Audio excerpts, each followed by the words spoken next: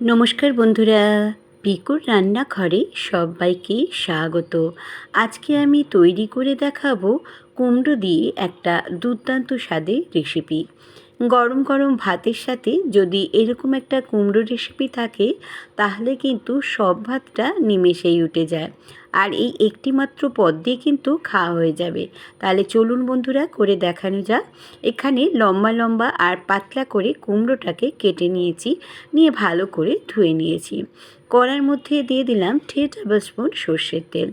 অবশ্যই কিন্তু সর্ষের তেলে এই রান্নাটাই করতে হবে, নাহলে কিন্তু এর স্বাদ ভালো হবে না। তেলটা যখন বেশ গরম হয়ে গেল তখন আমি কুমড়োগুলোকে ছেড়ে দিলাম, দিয়ে একটু চাপা দিয়ে আমি রেখে দেব।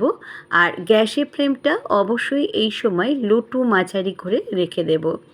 কুমড়োটা কিন্তু আমি খুব ভালোভাবে ভেজে নেব। আবারও আমি ঢাকা খুলে দিলাম, দিয়ে আবারও আমি নুন দিয়ে দেব। একবারে কিন্তু আমি নুনটা দিয়ে দিচ্ছি। এখানে আমার 1 চামচের মতো নুন লাগলো। আপনাদের যতটা পরিমাণ কুমড়ো হবে সেই অনুসারে নুনটা দেবেন।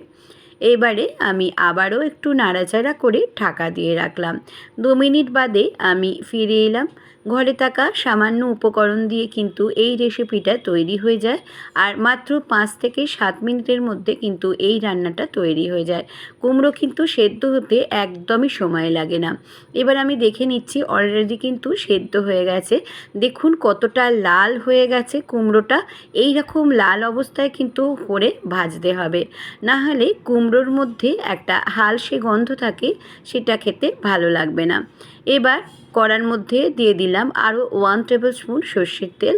তেলের মধ্যে আমি এখানে 2 থেকে 3টে মতো শুকনো লঙ্কাকে এরকমভাবে আধখানা করে নিয়েছি, নিয়ে আমি ভালো করে ভেজে নেব লাল করে। আর এর সাথে দিয়ে দেব 6 থেকে 7টা রসুনের কোয়া। একদম সহজ উপকরণ দিয়ে কিন্তু রান্নাটা হয়ে যায়। এবারে আমার শুকনো লঙ্কাগুলো ভাজা হয়ে গেছে, তুলে নিলাম। আর এবার রসুনগুলো আরেকটু ভেজে তুলে নেব।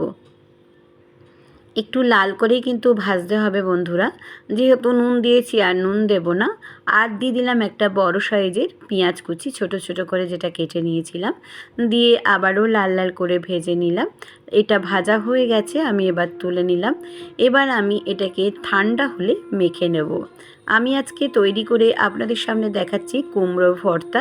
এইভাবে যদি কুমড়োর ভর্তা একবার বাড়িতে তৈরি করে ফেলেন তাহলে সত্যি বন্ধুরা সব ভাতটা কিন্তু নিমেষেই খাওয়া হয়ে যায়।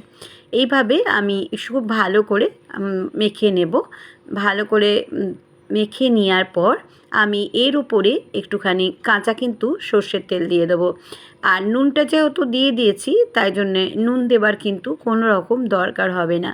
এই রেসিপিটা যদি আপনাদের কাছে ভালো লেগে থাকে তাহলে অবশ্যই লাইক, সাবস্ক্রাইব, শেয়ার করবেন। নিচে থাকা বেল বাটনটা প্রেস করে দেবেন, যাতে নতুন নতুন রেসিপি বা ব্লগ আপনাদের কাছে প্রথমেই পৌঁছে যায়। এই যে মাখাটা আমার হয়ে গেছে, এক হাতে ছিল বলে আমি পুরোটা আপনাদের মাখাটা দেখাতে পারিনি। এটি তেলটা দেওয়া হয়ে গেছে, দিয়ে এবারে আমি ভাতের সাথে অলরেডি সার্ভ করে আপনাদেরকে দেখাচ্ছি, একটু মেখেও দেখাচ্ছি।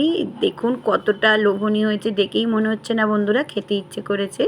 তাহলে বাড়িতে অবশ্যই আপনারা ট্রাই করবেন। আর আমার ফেসবুক, ইনস্টাগ্রামে পিকুর রান্নাঘর আছে, চাইলে সেখানেও সদস্য হয়ে যেতে পারেন। সবাই খুব খুব খুব ভালো থাকবেন, সুস্থ থাকবেন। আবারও আমি আসবো নতুন কোনো রেসিপি বা ব্লগের সঙ্গে। এতক্ষণ আমার সঙ্গে থাকার জন্য ধন্যবাদ।